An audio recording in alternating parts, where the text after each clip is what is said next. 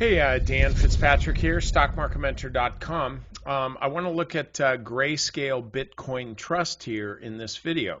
Here's why. There are actually very few buying opportunities on this thing, all right? And you got to know what this is. This isn't it's not really a proxy for Bitcoin. I called it a stock one time, and somebody very quickly corrected me on Twitter. It's not a stock, it's a trust. Thank you. Okay, appreciate that. That would be the trust word here. But what I'm looking at is the chart. This is the deal. You look at the weekly chart, it's been one heck of a move here. Very few opportunities to buy near the red line. That's the 50-day or 10-week moving average. So if we come back here, this has been kind of a long, slow, painful, and I own this. I actually own quite a bit of it, but it's in a longer term account. And you know what? I don't like it when I see something fall 30%. But I held through this thing. And you know what I'm probably going to do on Monday? I'm probably going to add to the position because this is giving you a really good zigzag trade. Big one here.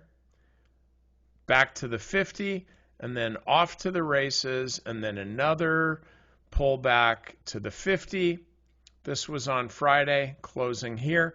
I think you're buying right here, looking for that, but ready for that.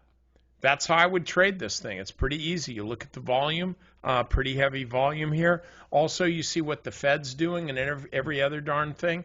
Bitcoin, I think, is probably going to continue to be strong.